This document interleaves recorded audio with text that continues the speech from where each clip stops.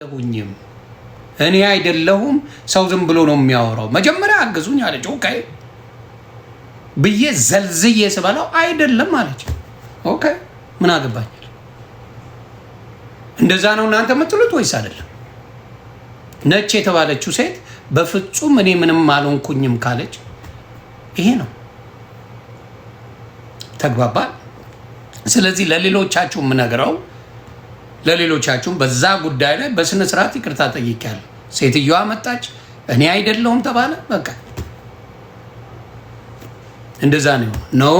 ቀርባ ነበር ሌሎች ሰዎች ጋር አይ ቲንክ ሙኒትን ራሱ ሙኒትን ይሁን ሌላ ሰው አናግራለች። በዛ ሰዓት ሴቶች የሴቶችን የምትጠብቅ ሴት ነበረች እዛ። በሴቶች ጉዳይ ላይ በጣም አድርጋ የምትሰራ ነበረች። ስሟን አላውቅም።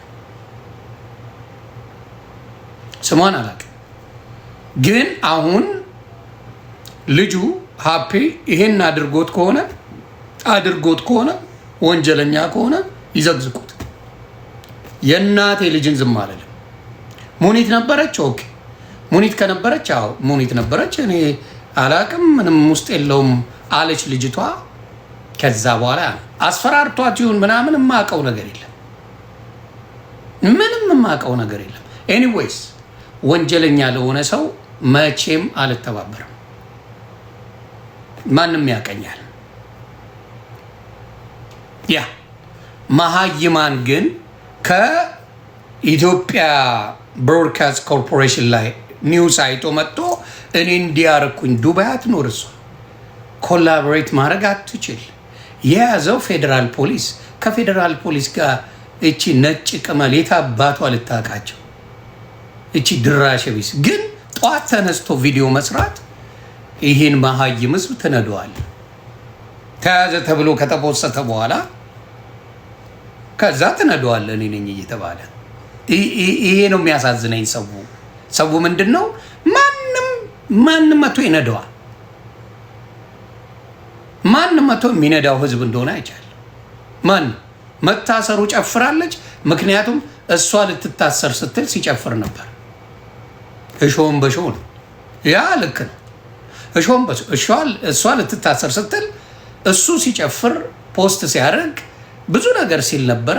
እሷም ያን ማድረጓ ምንም ችግር የለም። ይሄ ትክክል ነው።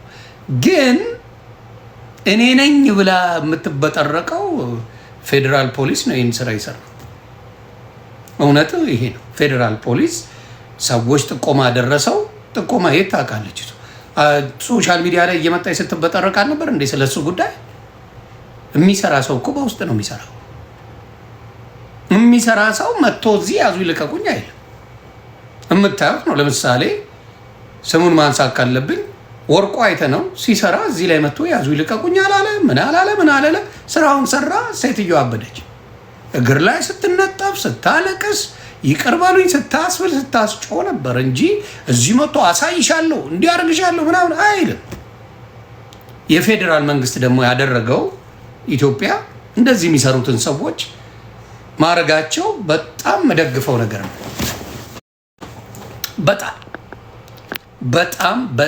በጣም መደግፈው ነገር ነው። ማንህም ኢትዮጵያዊ ይሁን የገዛ የእናቴ ልጁ መድኃኔዓለም ምስክሬ በህዝብ ላይ የምትጫወት ከሆነ ይዘግዝቁ። በዛ ደስተኛ ነኝ።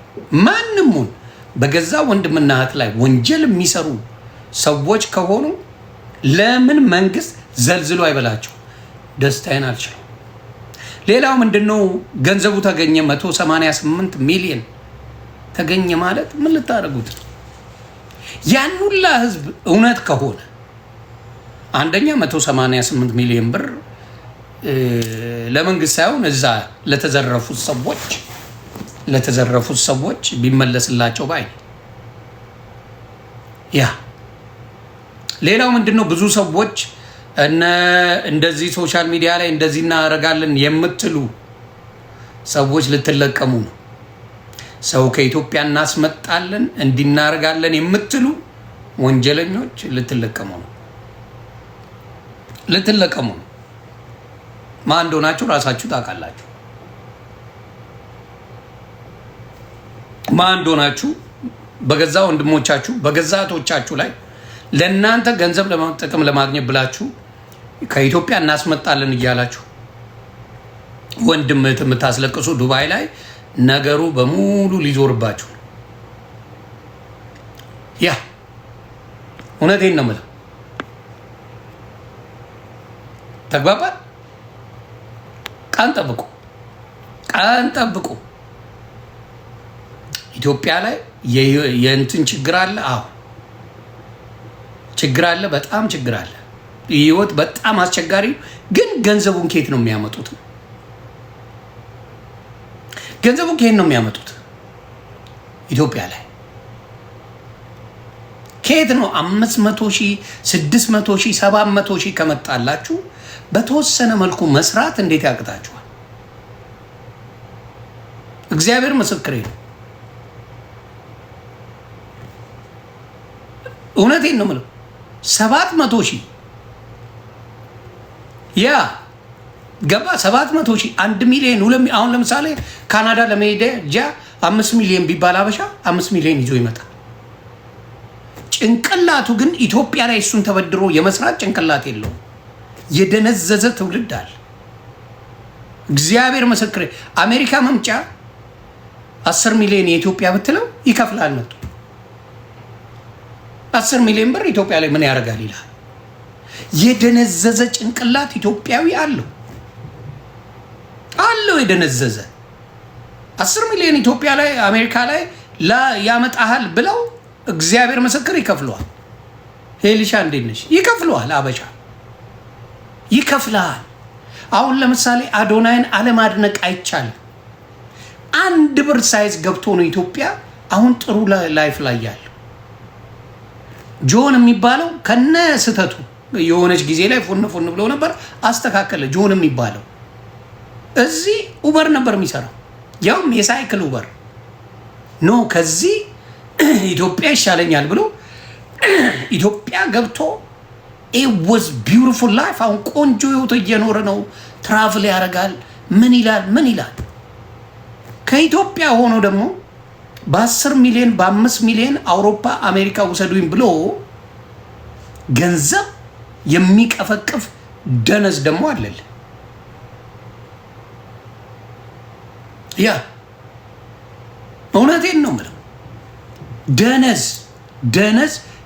ደነዝ አስተሳሰብ ያለው አበሻ አለ። 10 ሚሊዮን ይዘህ ኢትዮጵያ መስራት ካልቻል የትም ሀገር ብትመጣ ህይወትን አትቀይረው። እኔ እርግጠኛ ሆኜ ነው የምነግርህ። በደንብ አድርጌ ነው የምነግርህ። በደንብ አድርጌ ነው የምነግርህ። ስለዚህ አሁንም ምላችሁ ምንድን ነው ኢትዮጵያ ላይ 2 ሚሊዮን 3 ሚሊዮን 4 ሚሊዮን ካላችሁ የውጭ ሀሳቡን ከመጣ እሰየው። ግን ያን ያህል ብር ከፍላችሁ እዚህ የምትቀይሩት ህይወት የለም። እርግጠኛ ሆኜ እነግርሃለሁ። ስለዚህ ያንን ነው ብዙ ጊዜ ያለው አበሻ ችግሩ ይሄ ነው። የአበሻው ችግር አብዛኛው ይሄ ነው። እና ሌላ ሀገር ሲወጣስ ወጥተው ግመል ጠባቂ ያደርጉታል። እንግዲህ አረብ ሀገር አበሻን የሚጠቀሙት ለባርነት ነው። አረብ ሀገር አበሻ የሚጠቀሙበት ነገር ለባርነት ነው። ዳሴ ለምንም አይፈልጉ። ወይ እንደው ትንሽ የተሻለ ነገር ከሆነ ታክሲ ትሰራለህ ወንድ ልጅ ከሆንክ፣ ከዛ ሌላ አይፈልጉ። ለምንም ነገር አይፈልጉንም። የሚፈልጉት እዛ ሀገር ላይ የማይሰራ ጥቃቅን ስራዎችን ለመስራት አለቀ። ከዛ ውጪ ምንም ቦታ የለውም አበሻ።